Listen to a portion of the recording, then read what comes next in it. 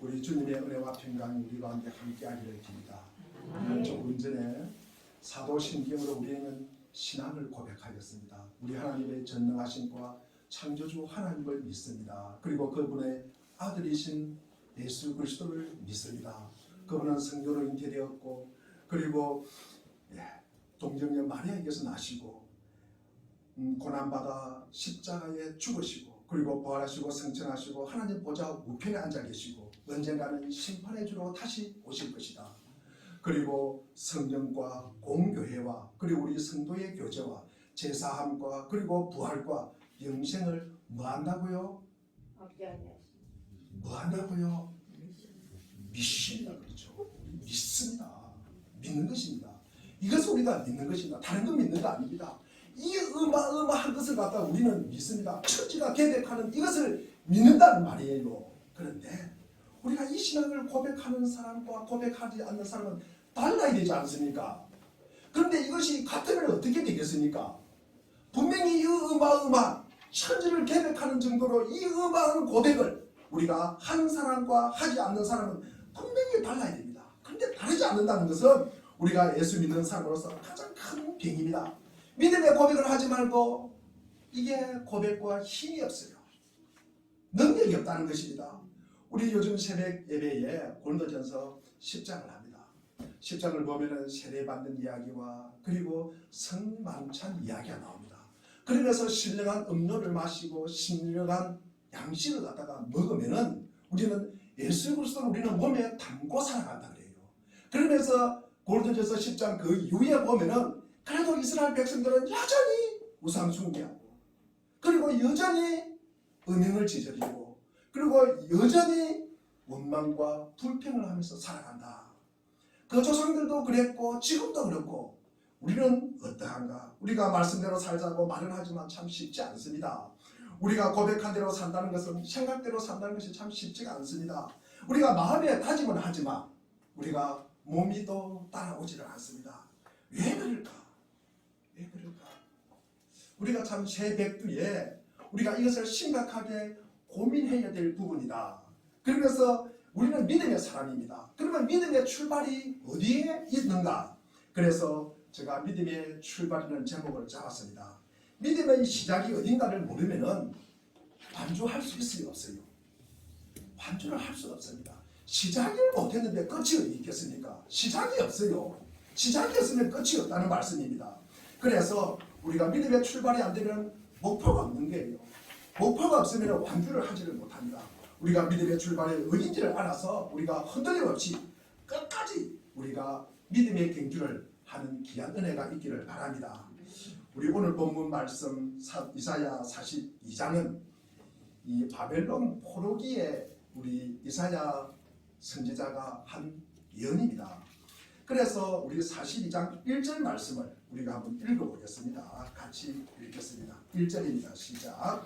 내가 붙드는 나의 종, 내 마음에 기뻐하는 자, 곧 내가 택한 사람을 보라. 내가 나의 영을 그에게 주었은즉 이방의 정의를 베풀리라. 처음 시작이 내가 붙드는 나의 종이래요. 우리 주님이 붙들어 주신대요. 우리 주님이 지원해 주시고 힘 주시고 능력 주시는 종. 그 종이 누굴까? 우리 41장 8절 말씀을 우리 한번 같이 읽겠습니다. 이사야 41장 8절입니다.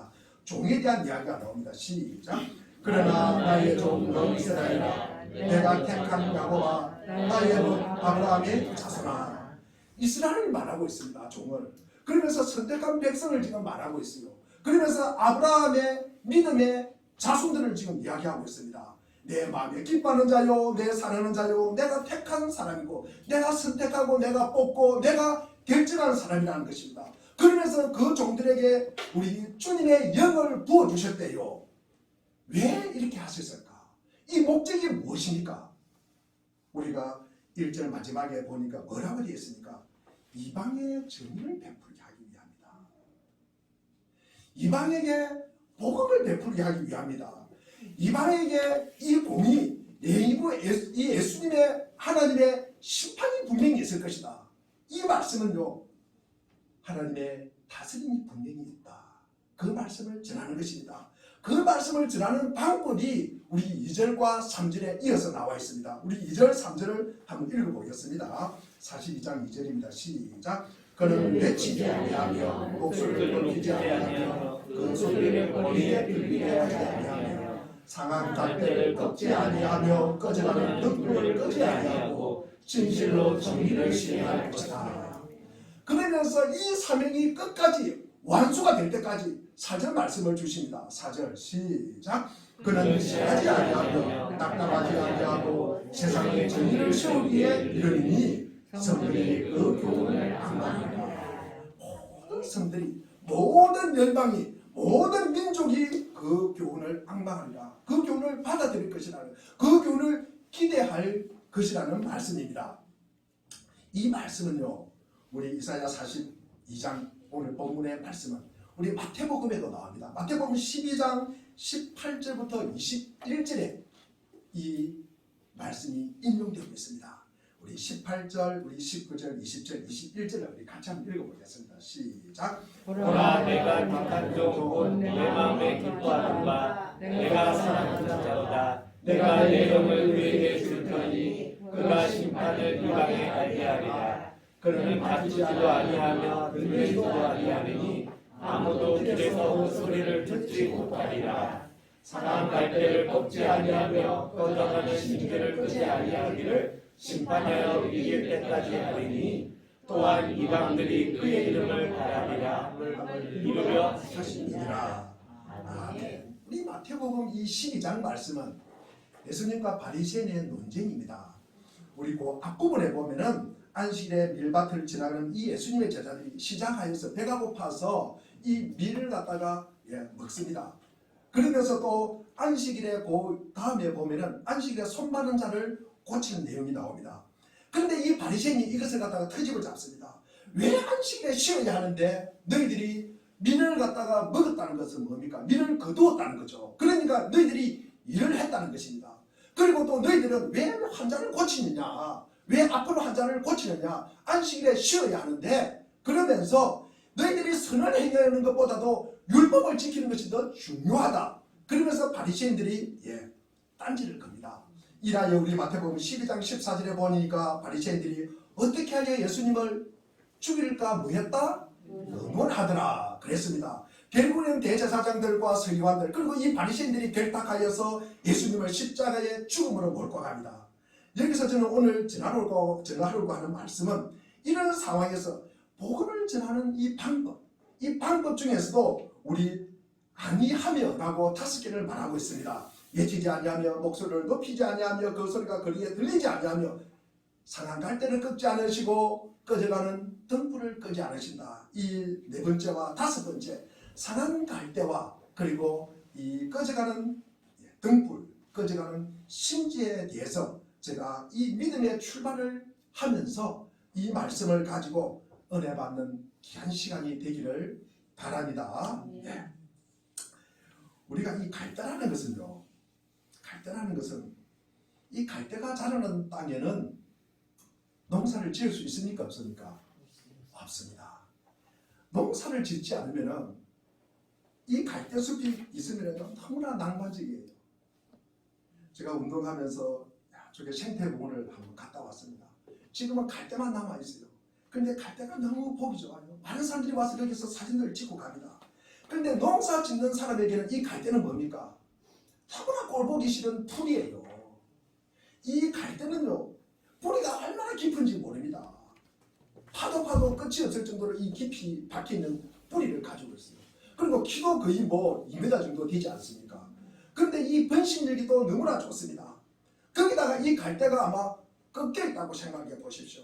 가장 저주받은 모습입니다. 가장 꼴보기 싫은 이 풀에다가 거기다 꺾여있으니까 저주받은 모습, 하나님을 떠나고 저주받아서 이 부패된 죄인의 모습입니다. 그래서 성경은 이 인간을 갖다가 상한 갈대로 묘사하고 있습니다. 그 상한 갈대를 꺾지 않으십니다. 완전히 부러뜨려서 뽑지 않는다는 말씀입니다.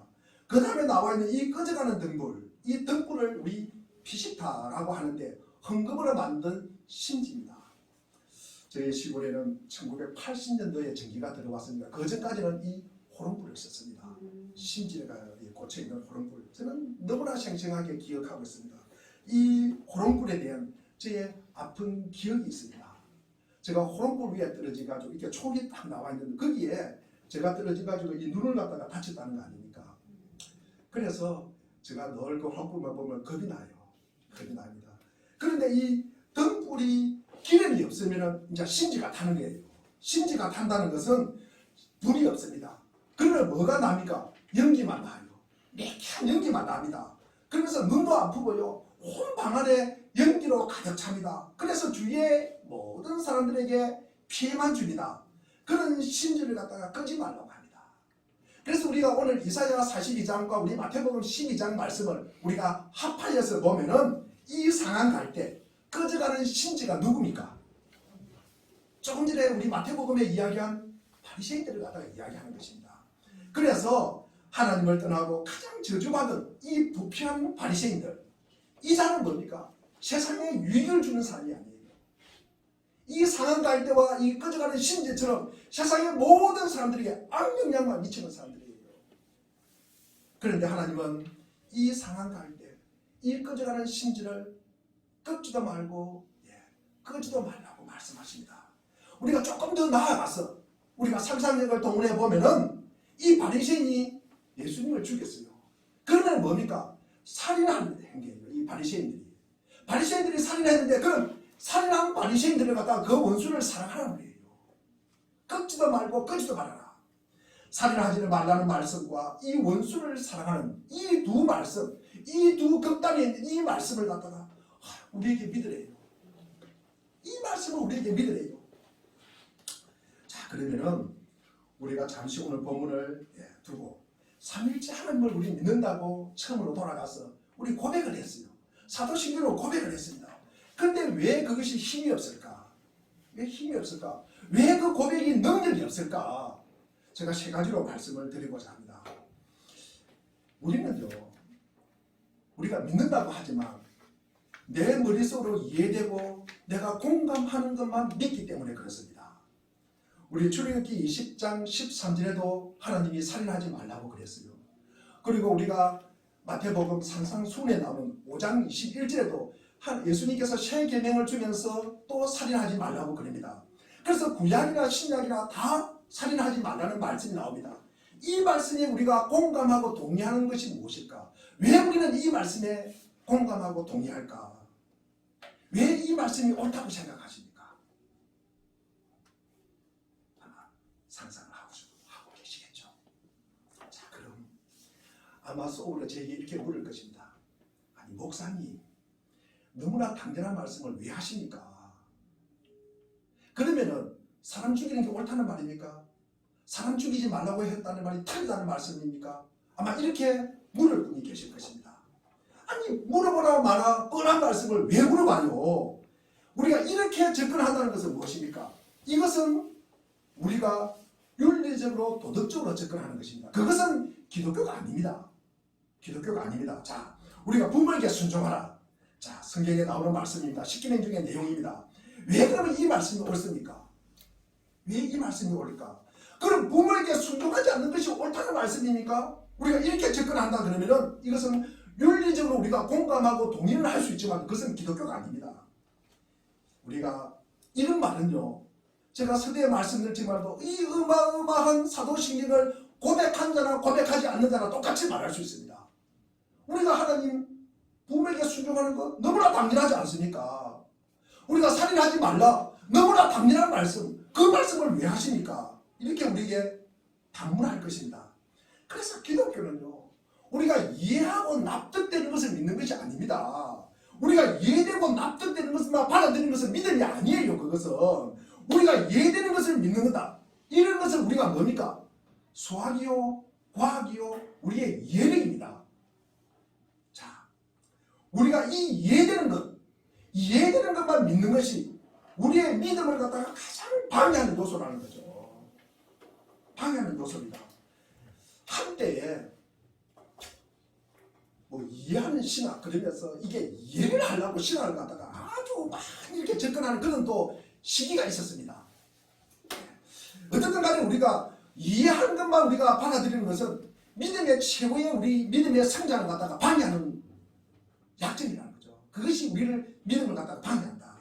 우리가 살인하지 말라고 했는데 우리가 살인한 원수인 바리새인을 사랑하라. 이 세상에 온갖 저주스러운 부패한 인간, 상한 갈대 같은 자, 그리고 꺼져가는 심지 같은 자, 이런 자를 사랑하라. 꺾지도 말고 끄지도 말고. 이게 가능합니까? 이게 가능합니까? 그래서 우리가 생각해 보자는 것이 바로 이것입니다.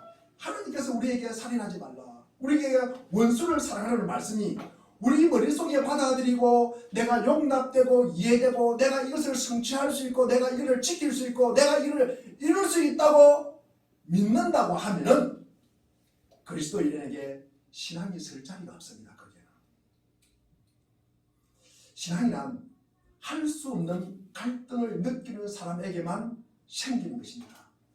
이것이 가능하고 이것이 이해되고 이것이 납득되는 데서 출발한다면 신앙은 아닙니다. 그것은 내가 하는 거예요. 내 신념이에요. 내 결단이에요. 이것은 자신을 믿는 것이지 하나님 믿는 것이 아닙니다. 제가 가장 극단적인 예를 하나 들어보겠습니다. 물된 동산교회 우리 물된 동산교회 야구팀이 있었습니다.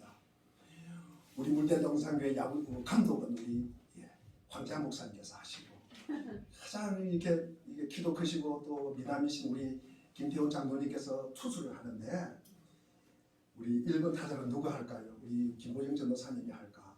2번 타자는 우리 유격수를 보는 우리 김태웅 성도님이 하시고 우리 아마 3번 타자는 잘 뛰는 우리 장문길 집사님이 하시고 4번 타자는 우리 홈런 타자인 우리 강영규 집사님이 하시고 그리고 타율이 가장 높은 우리 5번 타자는 우리 이한수 성도님이 하시고 우리 또 여자만 할 것이냐 남자만 할 것이 아니라 여자도 올려서 우리 팀을 만들었어요.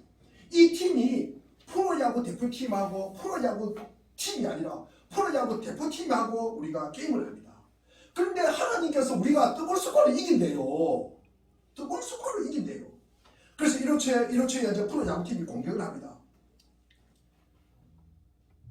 야구팀이 공격을 하는데 1회 초에 만점이 나왔어요. 1회 초 끝났는데 3일이 걸렸어요. 3일이 걸렸습니다. 1회 만에 유현진이가 나와가지고 공 9개 던지니까 삼진으로 물러서 끝나버렸어요. 그래서 9회까지 갔습니다. 9회 초까지 갔는데 이 프로야구팀이 100만 점을 얻었어요. 장장하는데 한 달이 걸렸어요. 그런데 우리 야구팀은 제로입니다. 한 점도 얻지를 못했어요. 그런데 투아웃이에요. 그리고 스트라이크가 2개 들어왔고 마지막 타자가 나왔는데 노볼입니다. 공 1개 던지면 끝납니다. 이 순간에 그때도 하나님께서 우리에게 우리 팀 이긴대요. 그러면 여러분 어떤 생각을 하겠습니까? 어떤 생각을 하겠습니까? 물론 극단적인 이야기지만도 이게 하나만한 게임을 갖다가 괜히 시작해가지고 그 말을 갖다가 믿는 우리가 바보지 이라고만 생각을 하는 사람도 있을 것이고 아니야 하나님이 이긴다고 했으니까 우리가 한번 기대를 해보지 아마 이렇게 하는 사람도 소수지만 아마 있을 것입니다. 아니야 우리 하나님이 어떻게 하시는가 한번 보자 아마 이런 어떤 생각을 가지고 계시는 분이 있을 것입니다. 제가 두 번째로 넘어가겠습니다. 자, 두 번째 우리 삼위일체 하나님을 믿는다고 하면서 고백했는데 왜 아무 힘이 없을까? 이 신앙의 최고의 약점은 갈등하지 않고 타협하는 데 있다는 것입니다. 우리는 해낼 수도 없고 하나님께서는 우리가 도저히 감당할 수 없는 약속을 해놓았으니까 이것이 도대체 어디에 출발해야 될까? 이게 결승점이 어딜까? 접점이 어딜까? 우리가 갈등이 없다는 거죠. 갈등을 안 한다는 것입니다. 우리의 상황과 하나님의 약속 이것은 보니까 너무 이율배반적이에요. 너무 황당해요. 너무 불연속적이에요. 너무도 우리가 상상하지 못하는 일이에요. 거기에 대한 갈등이 없다는 것입니다. 갈등. 하나님은 우리에게 이만큼 주었어요. 그런데 우리의 상황은 이렇게 그러면 이 갭이 있으면 우리가 갈등을 해야 될 거 아닙니까? 우리가 고백했잖아요. 신앙 고백 다 하셨죠? 신앙 고백을 하셨기 때문에 하나님의 말씀을 믿어요. 그러면 우리가 이 부분이 저 하늘같이 높은 저 약속 내가 어떻게 하면 이룰까? 갈등을 해야 되지 않습니까? 갈등을 하는데 갈등을 하지 않는다는 거예요. 우리가 갈등이 없는 자에게는 신앙은 설 자리가 없습니다. 사실 조금 전에 이야기한 우리 야구팀과 프로 야구팀이 시합을 했는데 하나님이 이긴대요. 그런데 우리의 자세가 어떻게 될까? 타협을 한다는 것은 무엇입니까? 이야, 내가 총알보다 빠른 이 유현진 공을 갖다가 삼진을 안 당하고 방망이를 갖다가 갖다 대는데 갖다 댔다는 데 대해서 내가 위로를 갔는데 안타는 못 치지만도 내가 내야 플라이 됐지만도 이게 갖다 댔다는데 위로를 갖고 내가 거기에 안식처를 얻는 거예요. 거기에 피난처를 삼는 거예요. 피난처를 삼는 것입니다. 그러면 이것은 우리가 타협이 된다는 것입니다. 하나님께서 나에게 허락하신 목적지와 내가 어디에 있는가를 끼워 맞출 수 없으니까 이 갈등이 없는 거예요. 그러니까 갈등하는 것은 시간 낭비다. 내가 해 놓을 수 있는 것과 하나님께서 나에게 요구하시는 것 그냥 타협을 해버리는 거예요. 우리는요 타협하는데 탁월합니다. 아주 우수합니다. 우리가 남이 가르쳐 안 줘도요 우리는 너무나 타협을 잘합니다. 우리 마태복음 21장 28절을 보면 두 아들 이야기가 나옵니다. 아버지께서 포도원 나가서 일 좀 하자 이러니까 뭡니까? 하나라도 뭡니까? 하겠습니다 그러놓고 안 가는 게예요. 그냥 보는데 앞에서는 할게요 그러놓고 안 해요. 그 둘째 아들은 뭡니까? 안 할게요 그리고 또 가서 합니다. 자, 우리 신앙생활도 이런 거 아닌가? 내가 그냥 주일 예배 봐드릴게요. 그냥 내가 졸리지만도 설교 한번 들어줄게요. 그러면서 내가 11조 조금 흉내 낼게요. 그러면서 하나님 아버지 나에게 노타치 나에게 간섭하지 마세요. 간섭하지 마세요. 하나님 내가 이렇게 할 테니까 요 정도 할 테니까 하나님 하나님 자녀 삼아 준다든지 하나님 종기와 영광으로 칼을 씌워준다든지 나 거기 관심 없어요. 나 좀 피곤하게 하지 마세요. 나 그냥 피워놓고 자유롭게 살고 싶습니다. 근데 마지막에 하나님 내가 이렇게 문의 정도 낼 테니까 마지막에 내 죽으면은 천국은 가게 해주세요. 천국은 가게 해주세요. 그래도 내가 교회 나오지 않습니까? 그래도 11조 흉내는 내고 있지 않습니까? 그러니까 또 쓰고 남은 거 있으면은 나도 살아야 되지 않습니까? 나도 먹고 살아야 되니까 우리가 쓰고 남는 거 있으면 내가 조금 드릴게요.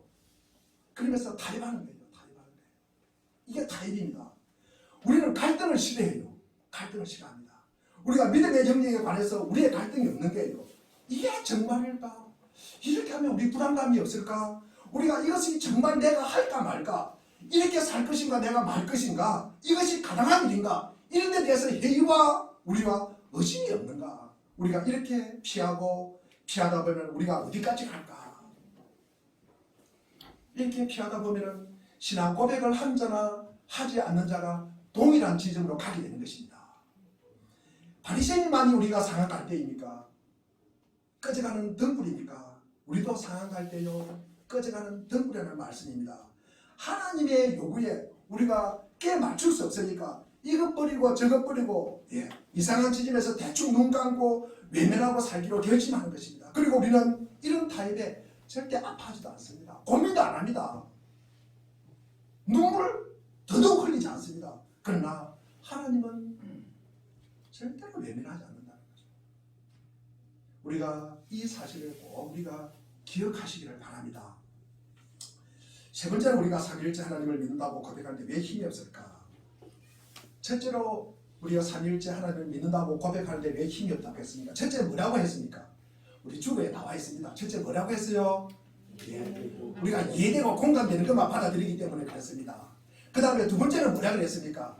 그냥 하나님의 우리의 상황과 하나님의 말씀을 그냥 갈등 없이 뭐한다? 타협하기 때문에 그렇습니다. 세 번째는 뭡니까? 우리가 이 출발 지점을 몰라요. 우리는 지금 이 믿음의 출발, 우리 믿음은 어디서 출발합니까? 라는 우리 제목을 가지고 지금 말씀을 전합니다. 세계에서 가장 빠른 사람이 누구입니까? 지금까지 제가 알기로는 우사인 볼트가 100m에 9.58을 뛰어요. 9.58. 제가 우사인 볼트하고 달리기 하면 이길 수 있는 방법이 있습니다. 방법이 있어요. 우사인 볼트는 출발 지점에서 출발하고 100m를 뛰고 저는 90m 가가지고 10m만 뛰면 되는 것입니다. 제가 아마 우사인 볼트가 총알처럼 빠르다 해도 제가 한 발로 뛰도 10m는 제가 뛰면 우사인 볼트부터 이길 수 있습니다. 속으로 우리 목사님 진짜 말도 안 되는 소리 하고 있네. 그걸 지금 말라고 합니까? 우리가 지금 뭐 초등학생입니까? 개를 합니까? 우리 모든 시합은요, 동일한 선상에서 출발해야 하는 것이 우리 시합의 약속입니다. 약속인데 각자 우리가 뛰고 싶은 자리에서 뛴다고 생각해 보십시오. 각자 뛰고 싶은 자리에서 뛰고 자기가 이겼다고 손뼉치고 손들면 그걸 누가 알아줍니까? 그건 우스갯소리잖아요. 조롱하는 것이잖아요. 그것은 개그예요. 개그도 소리도 안 들어갑니다. 그는 우리의 신앙생활도 마찬가지입니다. 우리의 믿음의 출발점이 어딘가? 우리는 믿음의 경주를 하고 있습니다. 그래서 이 믿음의 출발점이 어딘가?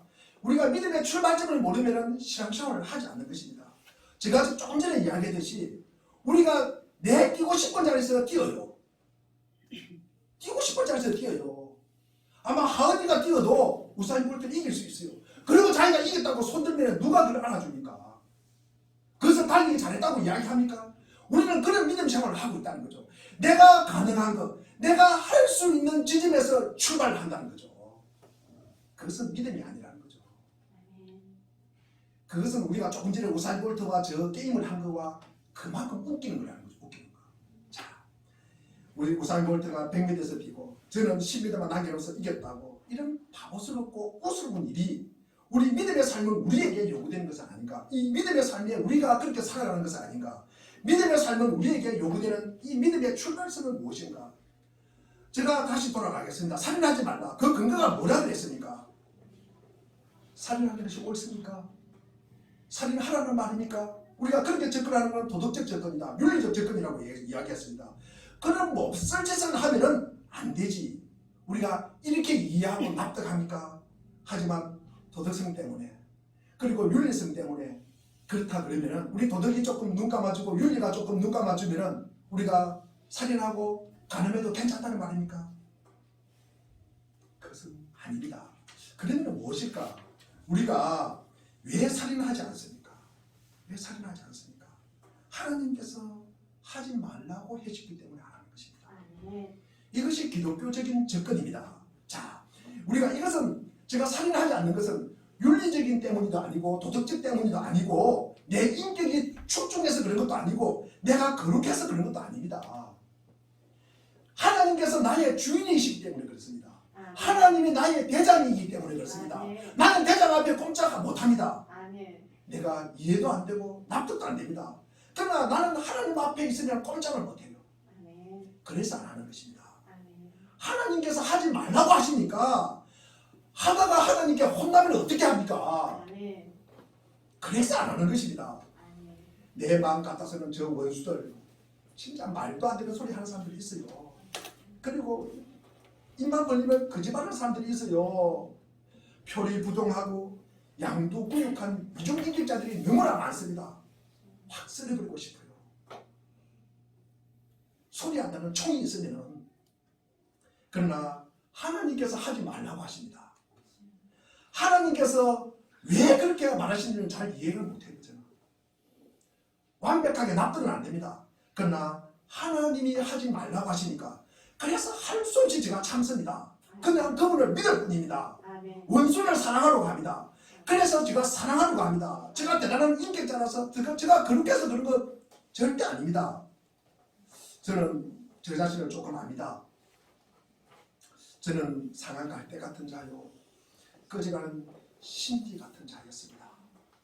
그래서 저를 보면은요 낙심이 돼요. 저를 보면은요 자질이 돼요. 저를 보면은요 저 내면을 쳐다보면은 실망을 하게 됩니다. 모골이 서는데도 하나님께서 그래도 참으라고 합니다. 저는 이를 악물고 참습니다. 제가 납득도 안 되고 이해도 안 되는 것이 신앙의 근거가 아니라 저는 이 신앙의 근거는 하나님의 말씀에 대한 권위입니다. 그 말씀은 거짓이 없으시오. 하나님은 사람이 아니십니다. 그래서 하나님은 후회하시는 일을 절대 하지 않으십니다. 하나님은요 하신 말씀을 하지 않는 경우가 없어요. 실행하지 않는 경우가 하나도 없다는 말씀입니다. 하나님께서 제 주인이십니다. 어떻게 제 주인이 되었는지는 제가 잘 모르겠습니다. 어느 날 보니까 제 주인이 되어 있었습니다. 제가 주인을 갖다가 골라 잡은 것도 아닙니다. 하나님은 제 머리를 확 밟고 계셨다는 것을 알았습니다. 결과만 알 뿐입니다. 그 과정과 절차는 잘 모르겠습니다. 또 그분은 저를 버리지 않는다는 것을 저는 압니다. 지난주에 우리 여호수아 1장 5절에 보면은 하나님께서 여호수아에게 하신 말씀입니다. 내가 모세와 함께한 것처럼 내가 너와 함께할 것이다. 너를 버리지도 너를 떠나지도 않을 것이라고 말씀을 하였습니다. 우리에게도 마찬가지입니다. 우리 주님께서 우리와 함께 하시고 우리를 버리지도 그리고 떠나지도 않을 것이라고 말씀하셨습니다. 저는 그것을 믿습니다. 또 있습니다. 아무리 악한 마귀가 오더라도 저를 뺏어갈 수 있어요, 없어요? 하나님께서 저의 목을 딱 잡고 있는데 누가 뺏어갑니까? 마귀의 대장이 오더라도 저를 뺏어갈 수 있어요, 없어요? 없습니다. 저 목을 딱 잡고 있습니다. 우리 하나님께서 저의 목을 바로 딱 발로 밟고 있기 때문에 어떤 누가 봐도 저를 뺏어갈 수가 없습니다. 이것이 제가 알고 있는 출발점입니다. 원수를 사랑하라. 이는 제가 도달할 수 없는 지점입니다. 하지만 하나님은 늘 웃으시면서 원수를 사랑하라고 하십니다. 늘 웃으시면서 저에게 원수를 사랑하라고 합니다. 저는 화가 나서 머리 끝까지 이렇게 화가 올라가는데도 화를 내지 말라고 합니다. 제가 원수를 보고 이를 갈고 부들부들 떨고 있는데도 웃으시면서 하시는 말씀이 원수를 사랑하라고 합니다. 그래서 저는 알게 되었습니다. 언젠가는 나도 사랑하게 되겠지. 나는 못하지만 그분은 하라는데 하라고 하시는 분이 어떻게 해주시겠지가 저의 소망입니다. 저의 희망입니다. 그것이 상황갈 때는 꺾지 아니하며 꺼져가는 심지를 끄지 않으시는 분이 어떻게 해결하시겠지. 이것이 저의 믿음이요. 조금 더 속된 말로 하면 이것이 저의 배짱입니다. 그래서 저는 별로 아무것도 가진 거 없으면서 웃고 다닙니다. 다른 사람이 보면 저보고 목사 같대요.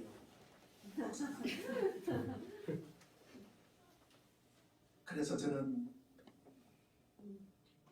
하나님께서 어떻게 해주시겠지 그것을 믿기 때문에 내 마음에 저 원수가 언제 없어지냐, 저 원수를 갖다가 어떻게 없앨까, 저 원수는 언제 없어지냐, 그 생각을 하지 말아도 제가 속에 있는 것을 끄집어내지 않습니다. 끄집어내지 않습니다. 왜 못 끄집어낼까? 왜 한을 못 낼까? 왜 제가 부당한 일을 당해도 때로는 참을까? 왜 제가 못 끄집어낼까요? 한번 알아맞혀 보세요. 저는 주님 앞에 있다고 생각하기 때문에 그렇습니다. 내 앞에 하나님이 계시다고 하나님의 면전이기 때문에 저는 끄집어낼 수가 없어요. 우리 하나님이 안 계신 곳이 없지 않습니까? 제가 화장실에서 끄집어낼 수 있겠습니까? 하나님은 화장실에도 계세요. 저는 끄집어낼 수가 없습니다. 하나님의 면전이기 때문입니다. 이것이 제가 알고 있는 저를 제어하고 저를 인내하고 저를 참게 하고 저를 오래 참게 하는 이 신앙이요 믿음입니다. 모든 신앙은 내가 도저히 할 수 없고 그리고 꿈꿀 수 없는 자질에서 시작이 되는 것입니다. 내가 할 수 있는 자리에서 출발한 자는요, 제가 우사인 볼트하고 제가 비교를 했지만도 내 마음대로 출발하면요 목적지에 절대로 도달할 수 없습니다. 여러분, 출발을 안 했는데 목적지가 어디 있습니까? 출발을 안 했는데 목적지가 어디 있습니까? 내가 할 수 있는 것을 시작했다는 것은 내가 할 수 있는데 시작했는데 결과가 나오지 않아요. 그러면요 우리가 좌절합니다.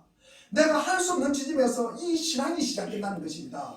그래서 그 지점은 내가 꿈꿀 수 없는, 내가 도저히 바랄 수 없는 열매가 미치지 않아도 상관이 없어요. 하나님께서 안 해주는데 어떻게 합니까? 우리가 하나님 보고 삿대질 할 것입니까? 우리가 좌절이 우리 신앙의 출발점이라는 것을 모르는 사람은 스스로 우리가 은폐합니다.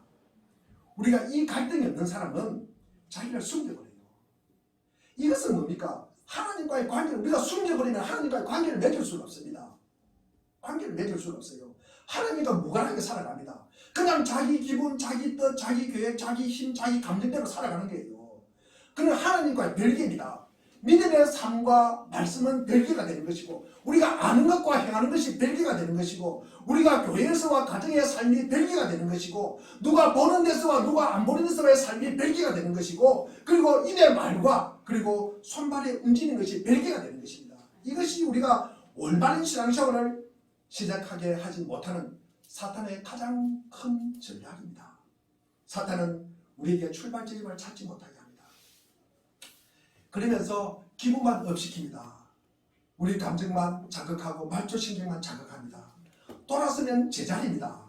모두 안에서 낑낑거리면서 찾는다고 뺑뺑 돌다가 자기의 출발 지점을 찾지 못합니다. 그러니까 꺼내지도 못합니다. 그러니까 하나님 앞에 기도도 안 하는 거예요. 그러니까 맨날 그 자리입니다.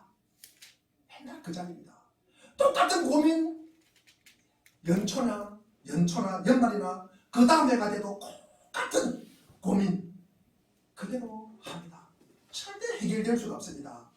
본인이 할 수 있다고 생각하는 거 본인이 좀 더 잘하면 될 것 같아요. 그래서 기도 안 합니다. 하나님 의지 안 합니다. 본인이 힘들고 고비가 오면요 적당하게 타협합니다. 모른 척하고 넘어갑니다. 그 자리에서 주저앉아 버립니다. 그런데 맨날 그 자리입니다.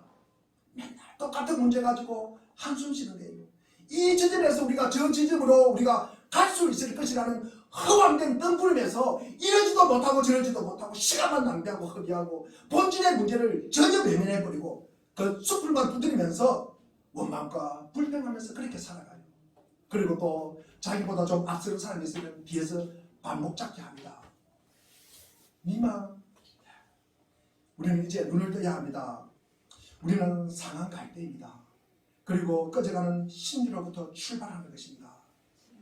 하늘의 미랄부터 시작되는 것입니다. 대단하고 거창한 데부터 시작되는 것이 아닙니다. 우리가 출발이 바르게 되어야 되는 것입니다. 우리 믿음의 출발이 하늘의 미랄로부터 시작이 되어야 되는 것입니다. 그래야 열매를 맺습니다. 우리가 하늘의 씨앗부터 시작되지 않고 이만큼 자라면서 중간에 들어가면요 끝도 없습니다. 끝을 맺을 수가 없어요. 우리가 도착을 할 수가 없어요. 완주를 할 수가 없다는 것입니다. 우리가 나로부터 내가 좀 되는 데부터 우리가 시작되면은 절대 우리는 구원에 도달할 수 없다는 것을 확인하는 자리까지 우리 하나님은 우리를 몰고 가는 것입니다. 그것이 우리는 고난이라고 생각합니다. 그 고난을 이겨내야 되는 것입니다. 우리 하나님은 우리를 이것이 네가 아니라 하나님이 내가 하고 있다는 것을 보여주기 위해서 끝까지 몰고 갑니다. 그 한계 지점까지 가야 돼요. 거기서 우리가 항복을 해야 돼요. 그 지점까지 하나님이 몰고 가신다는 것입니다. 우리는 갈등을 겪거나 성경이 말씀한 이 출발 지점을 확인하기보다는 오히려 외면합니다. 외면하면서 하나님께서 요구하시는 것을 하지 못하는 한이 있어도 내 자존심이 사는 것을 싫어하는 고집증이에요. 이 인간이 그렇습니다. 그게 우리의 아픔이 있어요.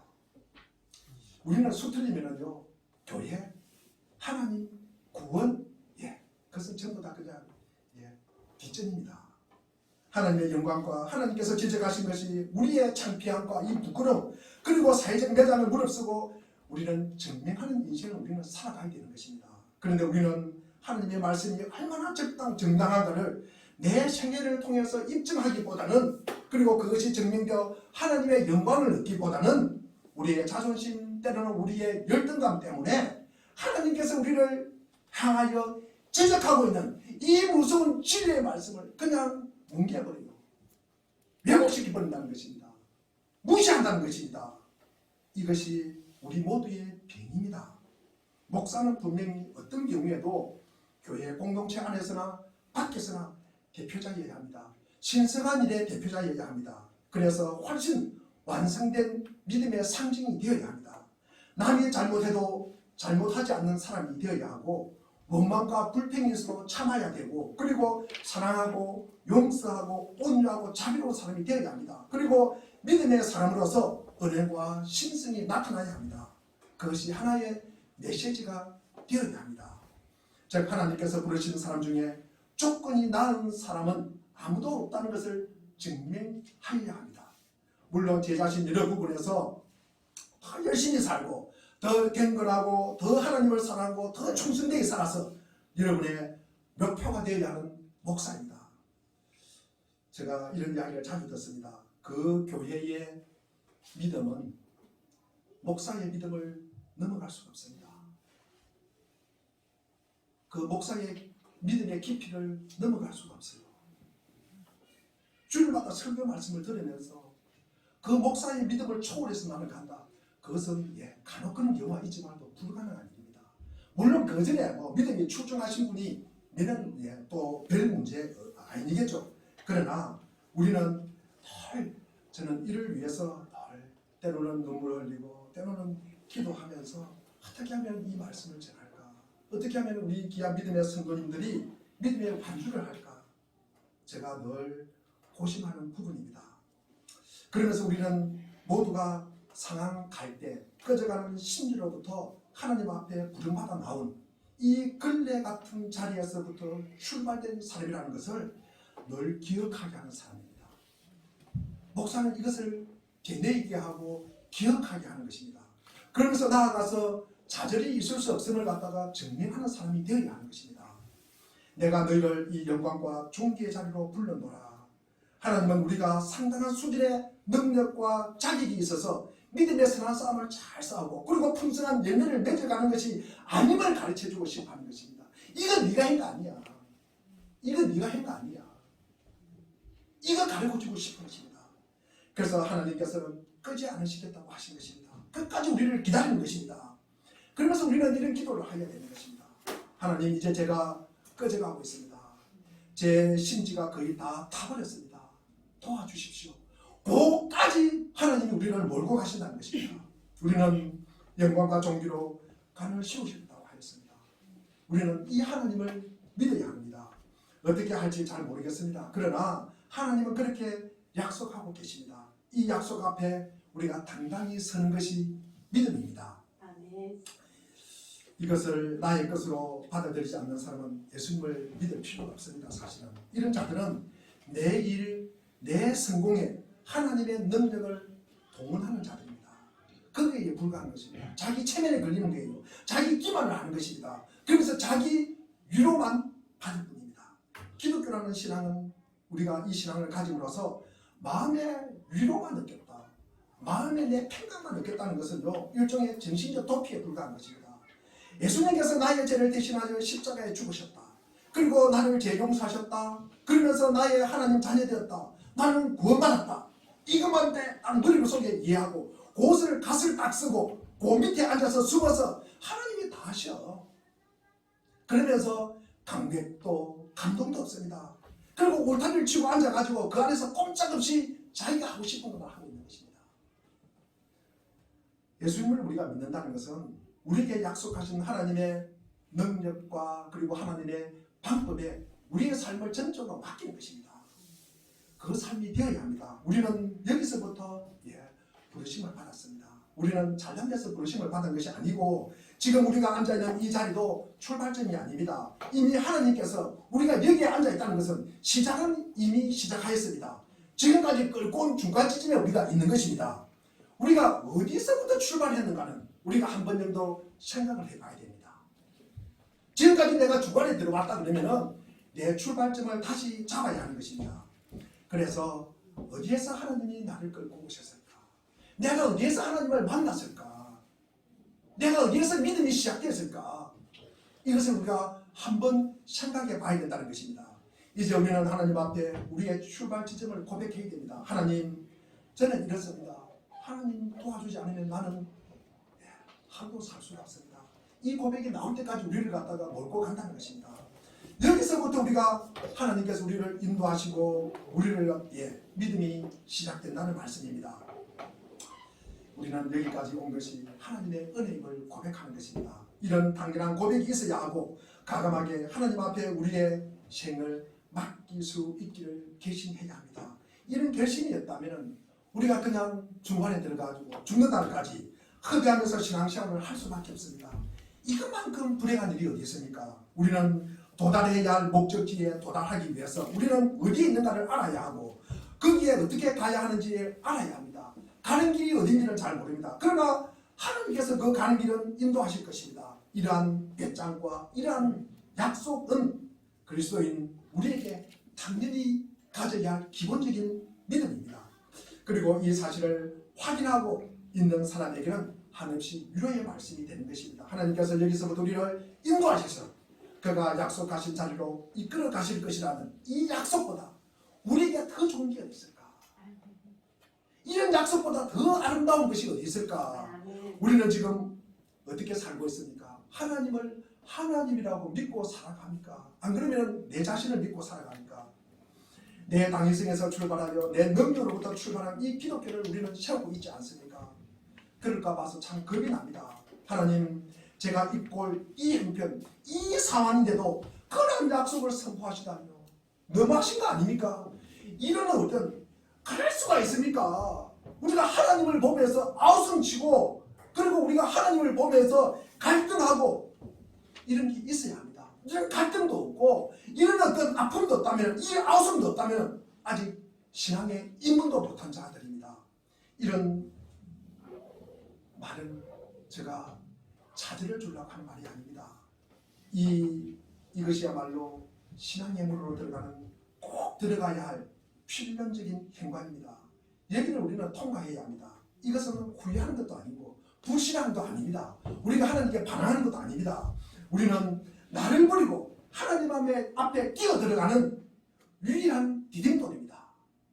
이것이 유일한 디딤돌이라는 것입니다. 그리고 우리에게는 축복의 행관이 되는 것입니다. 이것이 우리 신앙의 새로운 출발 지점이 되고 새로운 힘이 될 것임을 주께서 약속하신 모든 성경의 말씀이 증명하고 있는 것입니다. 우리가 이 신앙을 시작하십시오. 우리가 연초에 우리가 이 삶을 우리가 생각하면서 살아가는 귀한 은혜가 있기를 바랍니다. 기도하겠습니다.